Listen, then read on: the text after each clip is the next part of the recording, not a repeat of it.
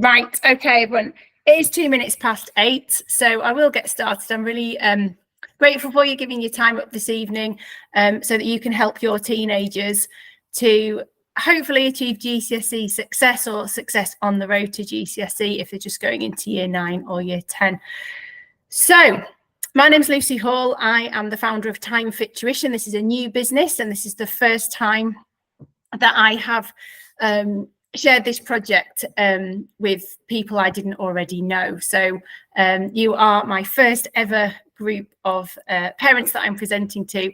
So any feedback is really, really welcome. And I will stay on the call at the end if anyone would like to speak to me about any questions or anything about their particular situation. So here we go. Oh, I'll have to keep admitting people as they keep coming in. So welcome. This workshop is to show you a number of things. Firstly, I want to help you understand how you can reduce exam stress by spreading preparation for exams across the whole year. No matter what year group your child is in, they are going to have assessments in different subjects across the year. And if they're in year 11, of course, they may be starting to think about mocks this autumn or next spring and GCSEs in the summer. Secondly, I want to equip you to respond with something useful if your child says, I don't know how to revise. This is such a common problem. And sometimes it's used to stonewall and to try and shut down a conversation about they should be revising and they're not. But also it's often absolutely true that schools don't explicitly teach revision and study skills. And thirdly, I want to talk about the importance of really thinking specifically about planning for your child's well-being and mental health. Exam stress is a real phenomenon and it affects everybody differently, but there are ways to mitigate the effect of exam stress on young people if you're forewarned.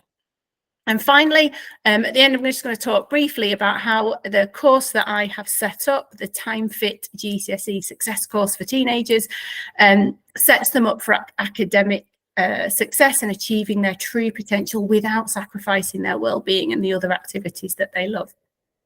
So, bit of housekeeping. Number one, the call is being recorded and transcribed because there are a number of people who really wanted to hear it and are not able to be here, and also for me to review it and to share with others. But none of your faces will appear or your voices, so please don't worry, and I won't be using anyone's full name.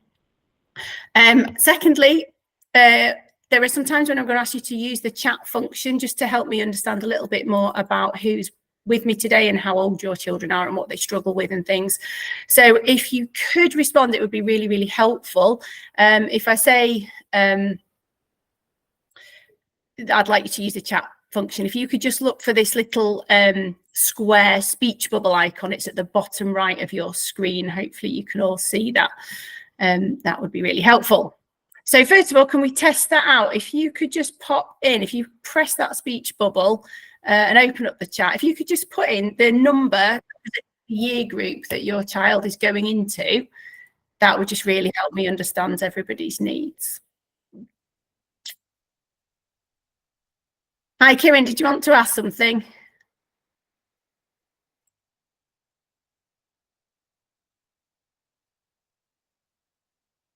If you want to just come on your mic, that is absolutely fine. I just wanted to tell you that she's in year 11. She will start year 11 this. Lovely. Sorry so for that. If you can put them in the chat. Yeah, sure. That saves everybody having to mute and unmute. So year 11, brilliant. So we've got some year 9, year 11. Great. So GCSE years, which is what I'm focusing on. Fantastic. Okay, keep the chat entries coming if you've struggled to find it or whatever, don't worry. So long as you're not wildly different, I'll be addressing the needs of GCSE students tonight. So students in year 9, 10 or 11. Brilliant, thank you everyone. So just to give you a quick background, I've got year 10 as well, great. Quick background to who I am and why this company exists. Why does TimeFit exist? So my name's Lucy Hall. I'm mum to 2 children. My daughter's going into year 7. She's going to secondary school here in Bradford in West Yorkshire, and my son's in year 5. My son is a year into the process of being assessed for autism and ADHD. And I've taught many children with neurodivergent conditions, dyspraxia, dyslexia, dyscalculia, as well as autism and ADHD. So everything I'm going to talk about tonight caters for that range of need, as well as students with neurotypical brains. Now, I myself was a very keen student. I absolutely loved school. I was lucky enough to get into Oxford University, and I studied classics, so Greek, Latin, literature, philosophy, ancient history, and I did a master's in Greek and Roman history also at Oxford, and then went into industry. But after a couple of years, I realised I really wanted to be a teacher, and I've been teaching for 18 years, 9 years in outer London, in Harrow and Hillingdon, and then I moved back to Bradford, where I originally grew up when we had our children, and I've been teaching in inner city Bradford for the last 9 years. So I've taught at 4 different schools in 2 different, very different contexts. And during my time teaching, I've been a head of RE, head of classics, head of humanities, head of citizenship, head of PSHE. I've done a lot of different subject leadership roles. I've also been head of 11 at 2 different schools. And then for the last 4 years, I've been assistant principal at a secondary school in inner city Bradford. And I've been in charge of teacher coaching and development. I've been in charge of Key Stage 4, both students' academic attainment and wellbeing safeguarding and personal development. And I've also been head of the exams office and the exams team. So I've done a lot of different roles in a short time. Now, the reason TimeFit exists is because one of my hobbies is triathlon. Now, I'm not a superb triathlete, I have to admit, but I am very enthusiastic. And I was coaching swimming at my triathlon club around a year ago, and I heard some students who I know are in the Yorkshire Triathlon squad wanting to follow in the Brownlee brothers' footsteps, and they were talking after training about how very sad they were that they were about to start year 11 in September and were going to have to put all their triathlon training on pause and give it up. And that really shocked me, that these students who I thought were, effortlessly fitting it all in and having a great time training and being really energetic, and also I just assumed they were doing well at school. Actually, they were thinking of putting all the thing that made them stood out in the world, the fact that they were fantastic at this very challenging sport, they were actually going to give it all up because they wanted to get better GCSEs. Now, I just spent the past 3 years giving assemblies to year 11 students saying it's really important for your well-being that you're active, it's really important that you get fresh air, it's really important that you spend time with your friends and your family, and you don't put your life on hold for GCSEs, because that's not actually going to lead to success. If you really shut off everything you love, then you can really end up with, low mood, feeling overly focused on your work, and actually it can be counterproductive and lead to poorer grades. So for me to hear that was a real shock, and it started me thinking. The school I was teaching at had a large proportion of children who went to mosque for religious instruction every day after school for around 2 hours, Monday to Friday. So I'd been tasked with trying to work out, how can we make our children work smarter, not harder, because they don't have as much time. Many of them were young carers and looked after elderly relatives as well. And so I'd been tasked with looking into the cognitive science about how can children revise more effectively in less time and still achieve their true potential. And we came up with this program that had led to these assemblies about don't give up your movement, don't give up time with your family, make sure that you have a balanced lifestyle. So various things in my life changed. I was able to go part-time for the past year, and I gave up teaching completely in May to work full-time on TimeFit. So I've set up my course, and as I said at the start, for those who weren't on the call already, you're the first set of parents that I've presented these learnings to. So who do I help? Well, I help teenagers who want to do really well and achieve their full potential academically, but they also want to either have just a bit more downtime and a bit less stress, or they want to keep going with the commitments that they have to sport or music or the performing arts or whatever it might be outside of school. And I help them through a revision coaching program I've put together. It lasts a term, so 13 weeks, and I've called it TimeFit because it helps you fit it all in.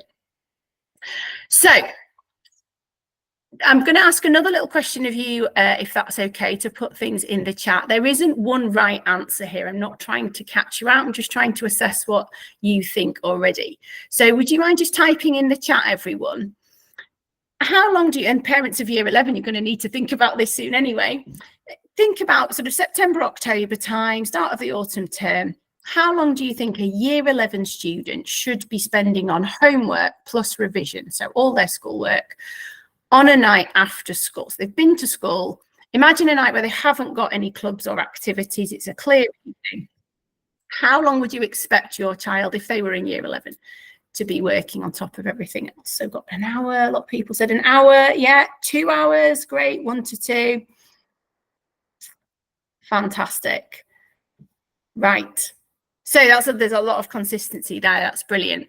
And then some of you might be thinking, my child never has a clear night. They're out every evening. Or you might be thinking, well, there are some nights where they could do an hour by Friday. You know, they want to be socializing.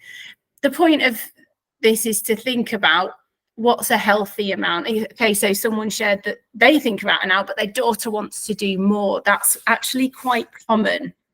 One of the groups that I want to serve is children who are actually working more than is healthy and are not very time fit because they're spending all their time revising and not doing the other things that we need for a healthy school life balance. So the reason that I'm not going to be able to share with you a magic bullet here, but what a lot of students would say if you ask them this question, that in September they'd say, well, not much, you know, they don't give us much homework, we don't need to be doing much. But by April, May, when the exams are going to start, I'd expect to be doing like 3 hours a night. What I would strongly advocate for is a happy medium. And the first thing I said I'd talk to you about today was starting revision now. And it's really important to start early. Whenever I asked previous cohorts that had left our school on results day, we used to go around with a mic and a camera filming them. What would you like to say to younger students? And they always said, start revision straight away. Don't wait for your mocks. Don't wait for end of year 10 assessments. Start straight away. So I've done some calculations over the years, and I've redone them for this year, even though I'm no longer in teaching. And from the 1st of September, there are 250 days exactly until the first exams, which are on Thursday, May the 8th. 2025. So there's drama and German and a couple of others. Most students probably won't have them till the following Monday, but the very first exams are in 250 days from the 1st of September. Now, children need to do their homework. Teachers generally carefully plan homework to tie in with assessments that are coming up and to go over old material. So it's really, really important that comes first. But if your child does an extra 25 minutes a day, and that, remember, on a Saturday and a Sunday and holidays, that's not that big an ask. From the 1st of September, they will do an extra 104 hours of revision before the first exam. Now, if they leave it until 6 weeks before their first exam, whether, you know, in the summer this is, they would have to do 2 hours, 28 minutes per day to get up to 104 hours. And that's a lot more stressful. So spreading revision out, starting now and doing a small amount of extra every day feels counterintuitive to teenagers, but it actually, if you can show them these kind of figures, it really helps them understand. You know, you can watch this recording back with your child, you know, and say, it's not me telling you this, it's this lady who's been a teacher for 18 years. It really does help to show them that a little every day adds up. Leaving it all till the last minute would be unmanageable or very, very difficult.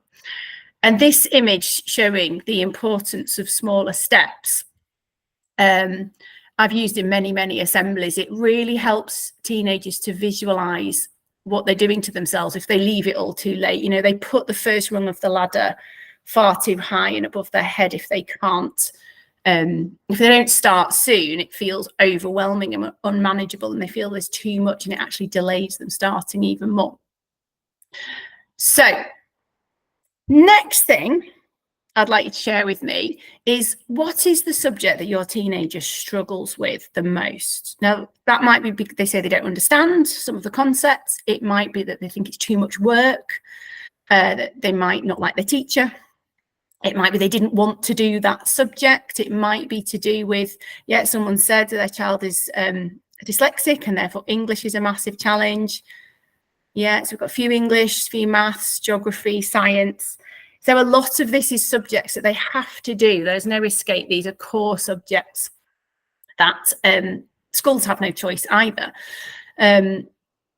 So that's really interesting. Often we get, as someone just said, maths due to confidence. Yeah, often it's maths, and students really underestimate their ability to make progress in maths. But there's a few different subjects there. It's interesting that all of them are probably subjects that your child didn't choose to do. So how can we help them with the subjects that they really struggle with? Well, one of the things that can happen is that students will say, well, I can't get any better at that subject. I don't know how to revise for it. And they might say this about a number of subjects.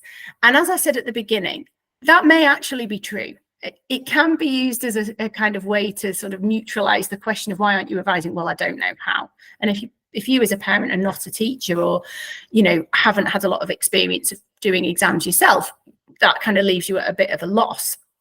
But I've got some strategies, well, one particular strategy that I want to share with you today. It's only a tiny, tiny element of everything I could share that I share on the full TimeFit course, but it could be very, very useful to you. So the first part of my key strategy to save time is to get children to focus on the gaps in their knowledge, not what's comfortable and familiar. So what students will tend to do is say they are at the start of year 11, they've done a year or maybe even 2 years of GCSE content, and they've got, you know, 2.5 terms left. What they'll tend to do is, right, I'm going to have my mocks. I'll go back to the start of the course, and you know, I'll take a subject that I'm all right at.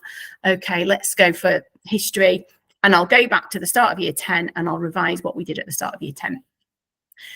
That seems logical, and probably no parent would think to argue with that. But actually, if you think about it, what they did at the start of the course, because they were just new to the GCSE level of the subject, they were younger, it's very likely that teachers have sequenced the curriculum so that the easiest content was at the start. Secondly, if the school is aware of good practice around teaching and learning, which most schools should be, they'll be doing regular little low stakes quizzes. So they might start each lesson with a quiz, or have a quiz for homework, or some kind of mini test quite regularly. And those are really effective ways of learning. So if you're revising what you've already done for a full year, that was a relatively accessible and straightforward part of the course, and you've had loads of little quizzes on it, when you start revising it, you're going to get a real feeling of, oh, this is great. I know this. I'm really confident. Oh, I'm good at history. And that can go two ways. It can turn into, I don't need to revise history very much because I'm really good at it, which is fine if the whole of what they learned in year 10 is as familiar as what they learned at the start. But if the things that they did in the summer term, they've not had many quizzes on those yet, they haven't had very long to think about those ideas for them to sink in, they might have been more challenging, then they do need to revise history, but they just don't need to revise that first part of the course. So it's really important that students focus on the things they don't already feel they have mastery of. Now, in order to know where gaps in knowledge are, what you need is a checklist or the exam specification. You can download those for free from the exam board, from the website of the exam board that your child is following.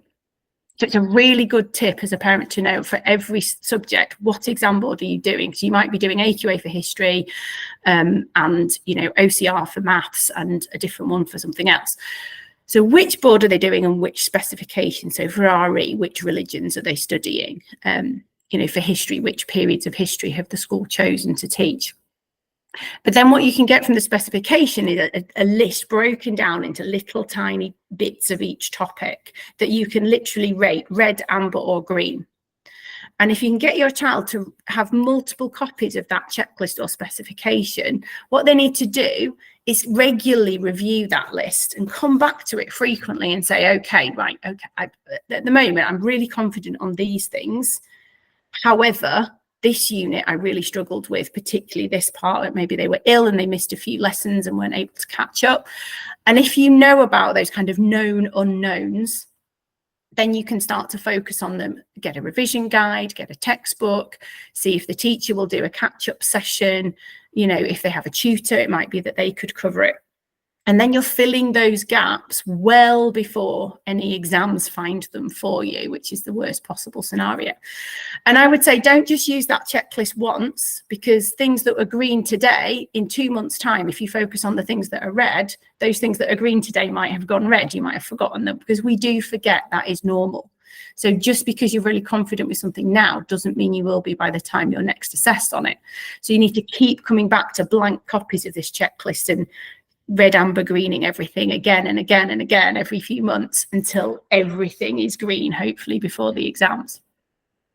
And then the main thing I want to talk about in terms of I don't know how to revise is using active revision strategies based on, research and cognitive science. And this is where schools, in my opinion, aren't doing as good a job as they could, because of all the understandable shortages of personnel and funding and expertise. It is really difficult in schools at the moment, and they've not been able to keep up to date with what's going on in cognitive science in universities. So, little activity again, because I've talked for a while there. Could I get you all to type into the chat 1 or 2 revision strategies or things you would do to prepare yourself if you had an exam in 250 days time at GCSE level? What kind of things would you do to revise? Thanks, Carol. We've got mind maps, revision cards, brilliant. They're something I really recommend. Yeah, assessments, practice questions, creating a revision planner, cards, yep, excellent. Past papers and revision guides. BBC Bite Size is great. Yes, it's much more interactive, and it's communication in a form that young people are familiar with, so they don't, if they're not very comfortable reading, videos are wonderful. I love BBC Bite Size, great. Yeah, Seneca and GCSE Pod, brilliant. It's great to see people engaging with those technologies. So those are all things that I would encourage, but there's certainly need to do them in a certain way. Yes, repetition, repeated, spaced out practice is really, really key. So that process of forgetting, of things coming out of our brain, is interrupted. Something that I would really strongly encourage you to look out for and discourage is if your child is simply rereading their notes. It's really boring. It takes a really long time, and it doesn't really work, unfortunately. So left to their own devices, a lot of students will, particularly for something like English literature or history, where there's a lot of text to get through, to sort of sit and read it. It's really good to hear you talking about mind mapping, because that is a great way to summarize and pull out what is actually really key in this text. What are the key quotations from this scene in Macbeth, or what is this source telling us about the beer hall putsch during Hitler's rise to power? So it's really, really important that students are actively engaging with the content. So something I'm just going to give you a little overview. In my TimeFit Success course for teenagers, I teach 6 different strategies. Now I'm going to talk to you about the first one, which is on the left-hand side of this slide, retrieval practice, in a moment in depth. But the other ones are spaced practice, which is about how long you leave before you go back to a topic that you've revised in the past.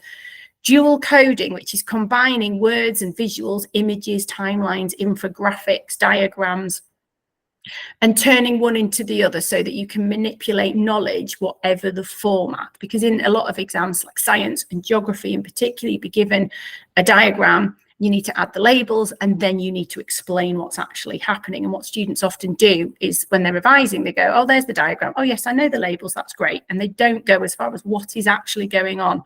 Can I express that in paragraphs of text?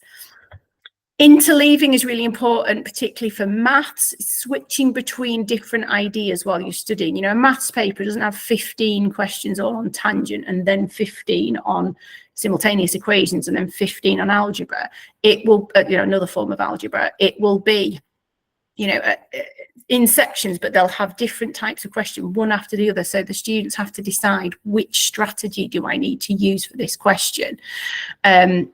Equally in geography and in history and in RE and English to a certain extent, if you switch between different ideas, trying to think of the links and the similarities and the differences between those ideas, students build what we call a bigger schema a bigger conceptual understanding of the subject overall, not just things in their own different silos. So interleaving is a really helpful strategy. It's also far less boring. If you study something for 3 hours, your brain will switch off. Whereas if you do 25 minutes of one and then 25 minutes of something else, it's far easier to stay engaged. And then the final two strategies that I teach on the TimeFit course are use of concrete examples. And this can really help with abstract ideas. So I mostly taught RE. I've taught a lot of humanities subjects, but mostly RE. When I was trying to teach something like the concept of the Holy Trinity in Christianity, I would use a number of different analogies and examples related to concrete artifacts. So, some people would say the Holy Trinity is like H2O. It can be water, or it can be steam, or it can be ice. Same substance, 3 different ways we can encounter it. And then I talk about, there's an analogy with an apple, and there's an analogy with a Mars bar that different people use, and giving students a number of examples and encouraging them to go away and find or even create their own, as long as they check with a teacher that the examples are valid, can be incredibly helpful. And then elaboration is mind mapping, essentially. It's pulling together a range of ideas around a central theme. So I teach all those in the course, but I want to talk to you a little bit about retrieval practice, because when your child says, I'm not sure how to revise, I don't know where to start, I don't know what to do, it doesn't work for me, revision doesn't work.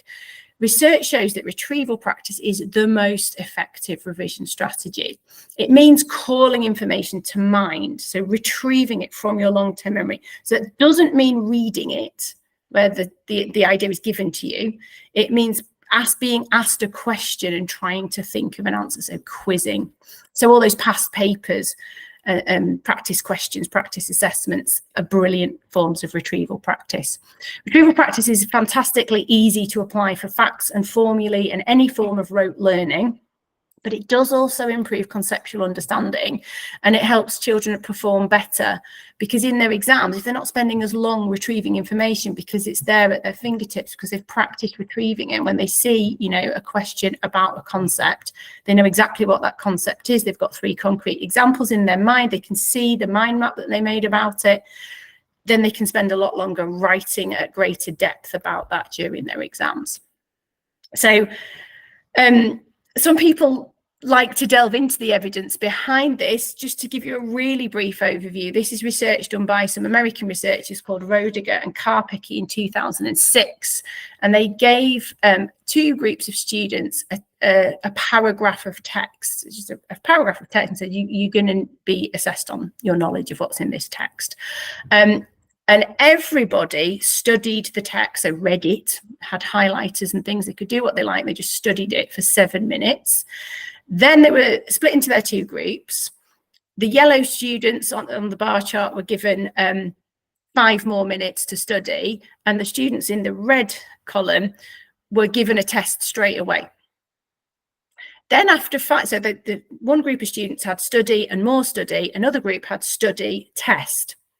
Then after another 5 minutes, everyone had another test. So one group of students did 2 tests, one group of students only did 1. After the test 5 minutes in, the students who had studied twice did better. On average, they got 80%, whereas the students who'd had 1 study period of 7 minutes and then 2 tests, they got about 75% right.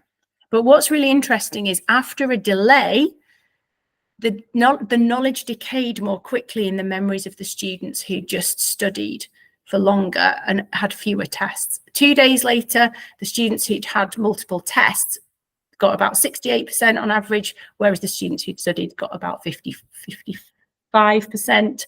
And a week later, there's still a noticeable gap. That red bar is higher. And this is not the only study that shows this. There's an awful lot of research to show that actually testing is a great way of learning. It's not something you should leave to the end of a process of learning. It's something that should form part of your revision toolkit. And I won't go into this in massive detail because of the time, but basically this diagram, if you see the short-term memory, it's very small. It's a big barrier to human success in many ways. If our long-term memory could hold over 1 terabyte of data, that it's massive. Whereas the short-term memory, you can only hold in the front of your mind, like 5 to 7 things maximum for most people. But what you can do is retrieve things more quickly from your long-term memory and keep things in your long-term memory for longer if you repeatedly remember them. If you're quizzed on them, you do practice questions on them, you're retrieving them. Just rereading things doesn't help things go to your long-term memory, and it doesn't help you retrieve them more quickly. But being quizzed on them does. So for you as parents, something you can do is get your child to do the cooking and you stand there with the flashcards asking them questions. Things like that can save a bit of time, promote a bit of togetherness, and help you be part of your child's team for success, rather than, you go and revise. This isn't my specialism. You can work together on it. So another way to use retrieval practice that some of you mentioned is flashcards or revision cards. But a little tweak I would suggest is make sure that flashcards only ever have one very short factual question on and the answer on the back, because what you can then do is quiz yourself, but put the cards into 2 piles. One answers I got right, one answers I got wrong. If there's 5 questions on a card and you get 3 right and 2 wrong, you can't really do that. So 1 question per card, put them into 2 piles, and then re-quiz on the ones you got wrong, put the others away. So if you've got 10 and you got 3 wrong and 7 right, you can save yourself 70% of the time by going, well, I know those. Don't put them away forever. Come back to them maybe in a week's time and interrupt any forgetting that might be going on. But focus on the 3, because they're the gaps in your knowledge. They're the marks you weren't going to get until you realised, because you found that gap in your knowledge.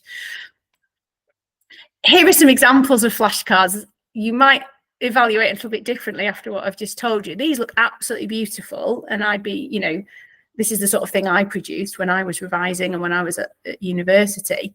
But actually there's far too much on there to be useful. So if they're there because the child doesn't have enough room, like they're going on a journey and they're going to revise in the car, I can understand why they've done that. But actually they've probably spent an awful lot of time doing flashcards that can't be used to separate things they know from things they don't know. It's just everything written down, and it probably hasn't been retrieved. It's probably been copied from a textbook. These look great, and I see a lot of this writing in those videos that students can follow.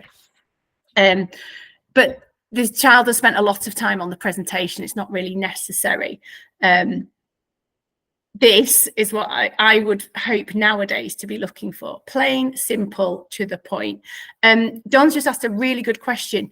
Absolutely go for pre-made flashcards. My course doesn't cover one subject, so I couldn't particularly, I'd have to provide them for every subject. But websites like Quizlet, Seneca Learn, Cognito, GCSE Pod, many of these, some of them require a paid subscription, but some of them are free. I think Quizlet, a lot of the content is free. You can download pre-made flashcards. School might also support your child to make them, or you can make them based on, questions your child got wrong in an assessment. So you're really just focusing on the gaps. So at Parents' Evening, that's a good question to ask, to say, what's the best source for your subject, for your exam board? What's the best place I can get some pre-made flashcards? It's a great time saver.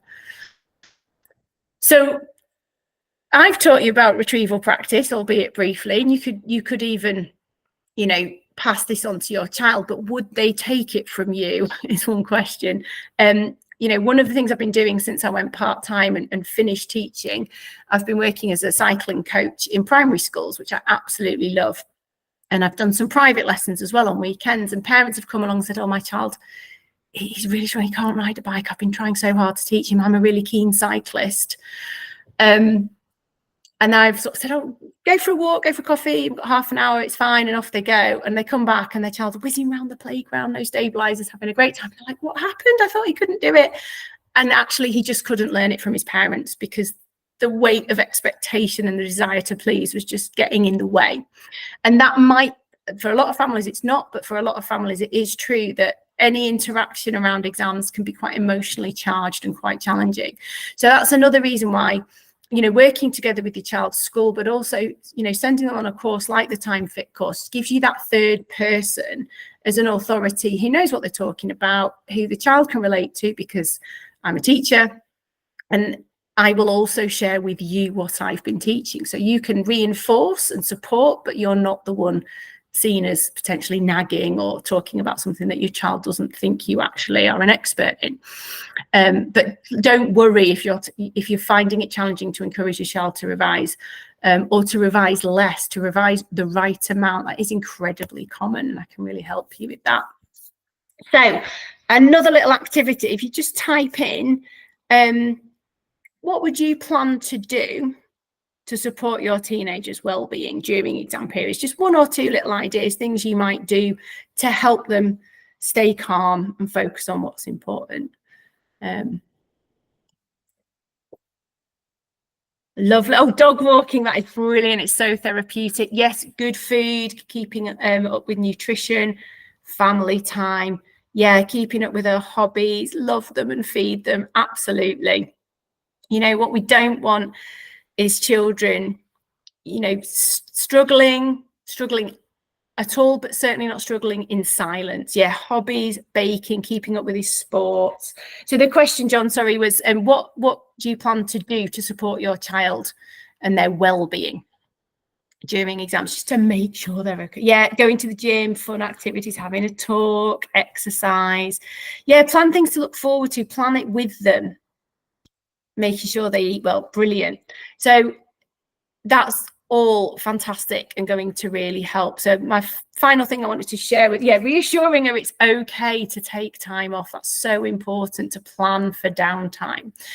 So what I would strongly advise, as you've all said, is don't give up extracurricular activities. There is time to fit it all in. I don't know how many of you saw Phoebe Gill during the Olympics, but she's just finished her A-levels and she was there in Paris doing the 800 meters.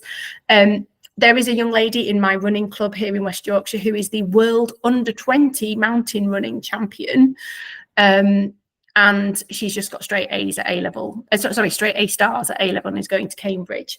You know, it can be done. People can be heavily committed to things outside of school and fit it all in if they revise smart, not too hard. So one thing I would suggest is create a detailed time plan with your child. Take control of time so it doesn't just slip through their fingers, and sit down with them every week and, you know, say to them, okay, what's different this week? Have you got a different social activity? Oh, we've got this wedding we're going to for the weekend. So remember, you're not going to get very much done. So how can we fit it all in? And I call it a time plan, not a revision plan. Every student on my course, we will make a completely individualized time plan together for you as parents to then go through with them and update, because it's not about revision. It's about their life. So the biggest thing on that time plan should be sleep. It shouldn't be revision at all. So the things that should go on first are, you know, sleep time, healthy sleep routines really are vital. Movement, social life, family time, rest, relaxation. These go on first. And by saying that to your child, saying, I want to put these things in first, these are the cornerstones of a healthy lifestyle and great mental health as well as physical health, it shows that you really care and you mean it, and you're not there to sort of crack the whip and say you need to be revising all the time. And that removes some of the guilt that teenagers can feel every moment that they're not revising. Also, I'm sure you're aware, but it's important to keep a close eye on the impact of screens and social media, because they can really suck time away without, you know, even the most committed student can lose half an hour, no problem, if they go down a rabbit hole on the internet. So no screens in bedrooms at night. So no laptop, no tablet, no phone.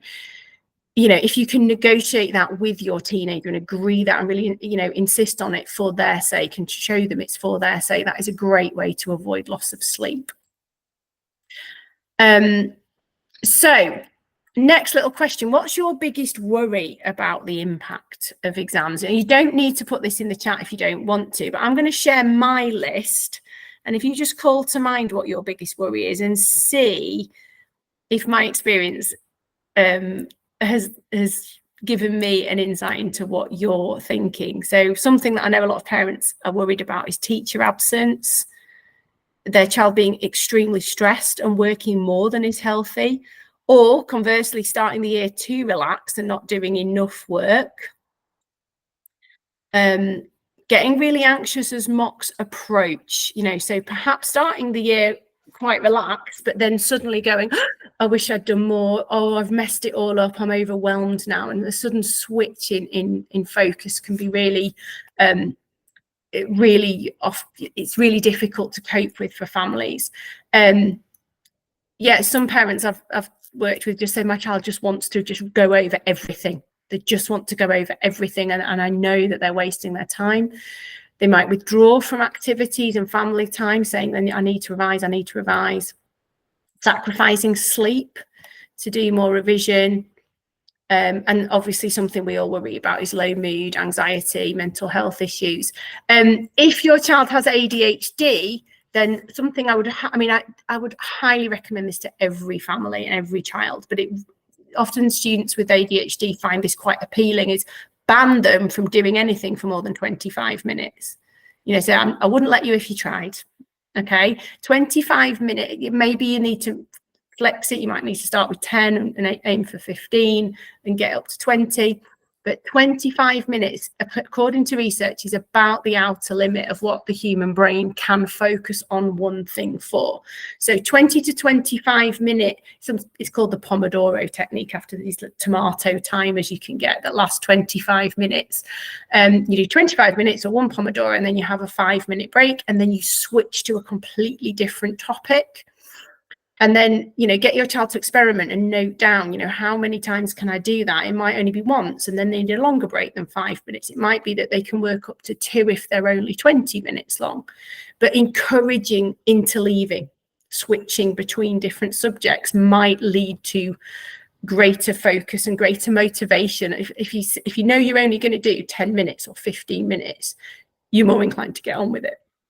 And then when you see progress and think, oh, that was all right, actually, right, I'm going to put Spanish away and I'm going to get out my biology. So try to encourage more shorter study periods.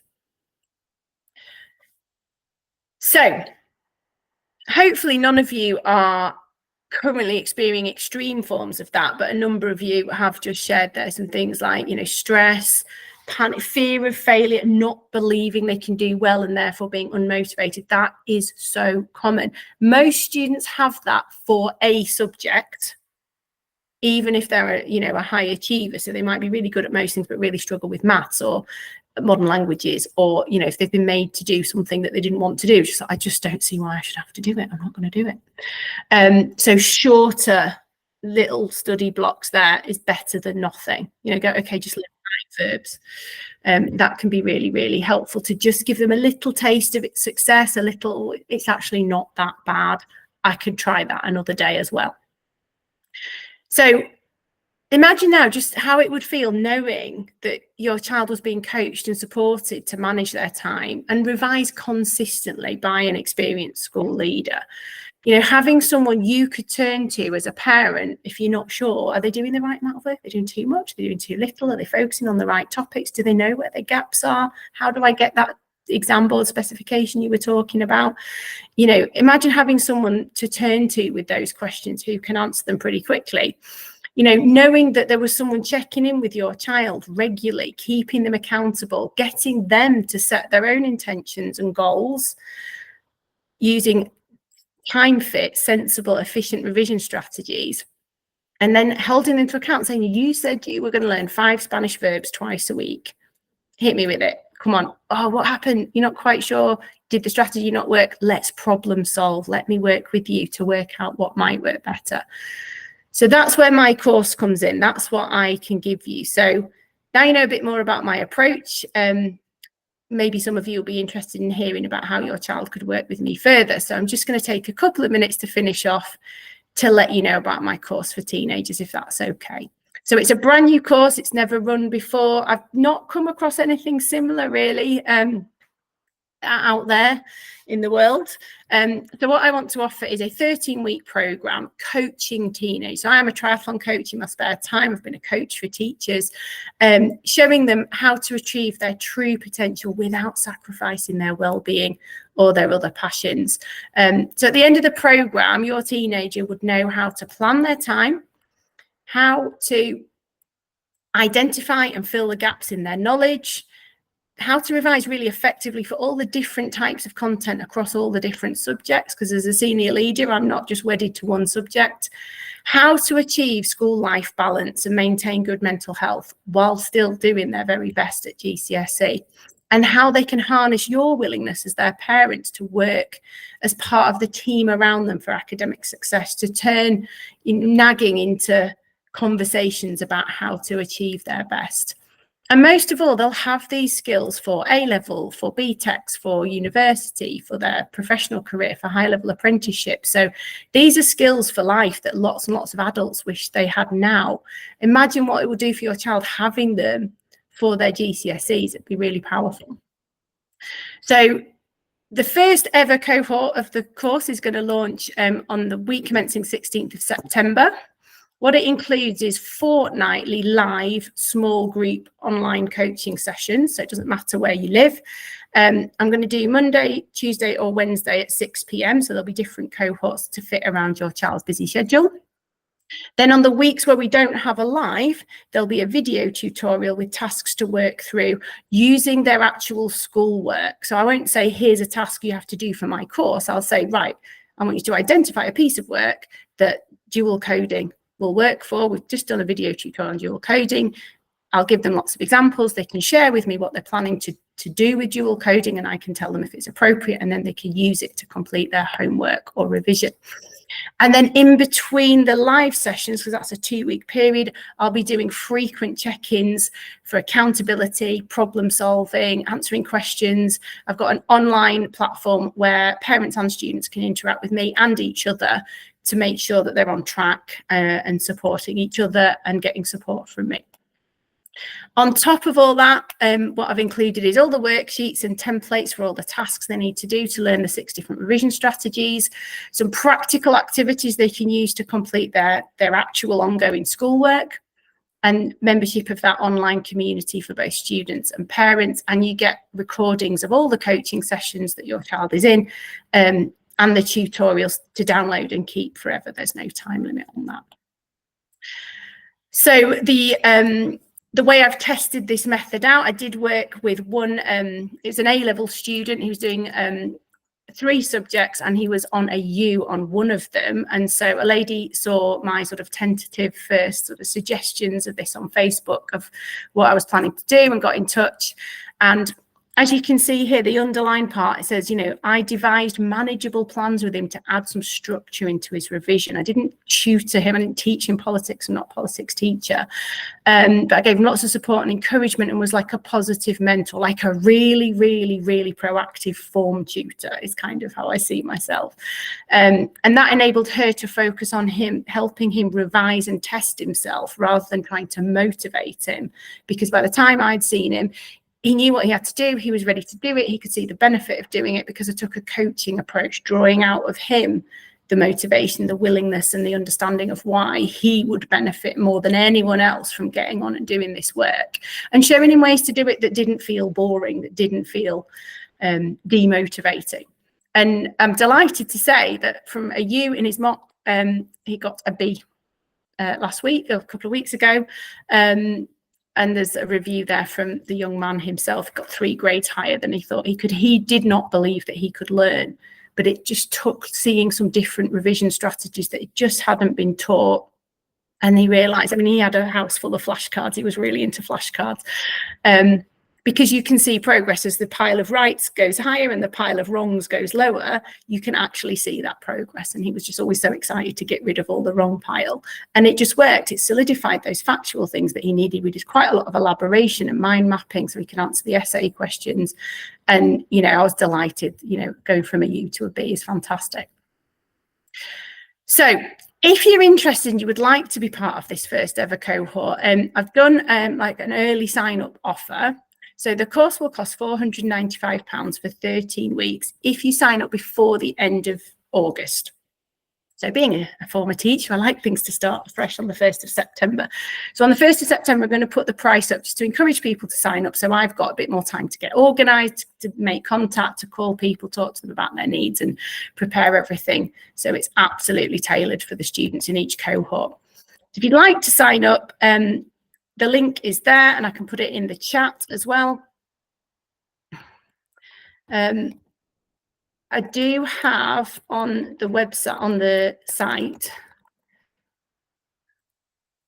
Klarna and ClearPay set up. So you can pay in 4 monthly instalments of £123.75 if, you know, spreading the cost is of interest.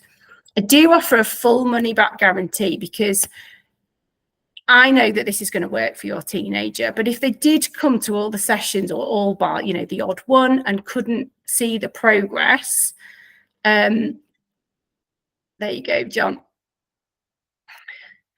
If they couldn't see the progress, then I'll just give you your money back. I don't want anyone to be feeling like they've been, you know, sold something that isn't going to work. So there isn't that risk that you'll feel frustrated, because you can have your money back if it didn't work, but it's extremely unlikely that that's going to happen. Okay.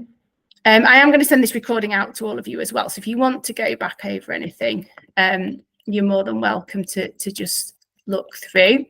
And then finally, I'm going to do a quick bonus. If anyone enrolls on the course today, this evening, before midnight, then I'll do a free one-to-one session with you, which would normally, you know, when I do one-to-one for parents or families, I charge £99. I don't do one-to-one tuition. All my work is group work.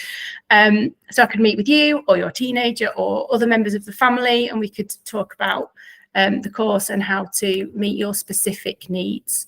So if anyone has any questions, feel free to pop them in the chat or to come on your microphone and let me know. Just while you're thinking about that, a couple of questions I've had sent through in the past is, what if I can't do the dates? What if I can't do a Monday, Tuesday or Wednesday? Just email me at lucy@timefittuition.com and we'll see if we can get enough people together to run a group on a different time. But if no one has any questions, then that is the end. So thank you so much, everyone, for your time. Thank you. You're very, very welcome. I'll leave that slide there. The course, it starts in September for this cohort. I am probably going to do future courses, but it very much depends how much this one works. You know, if people don't sign up for this and it's not really helpful to people, then, you know, I'll think again. I might do some sort of booster next, you know, I might do it again in January to lead up to mocks. If you've got a particular request, feel free to email me and let me know. Okay. Thanks, everyone. Take care. Have a fantastic rest of your week and best of luck for your teenagers as you go back to school.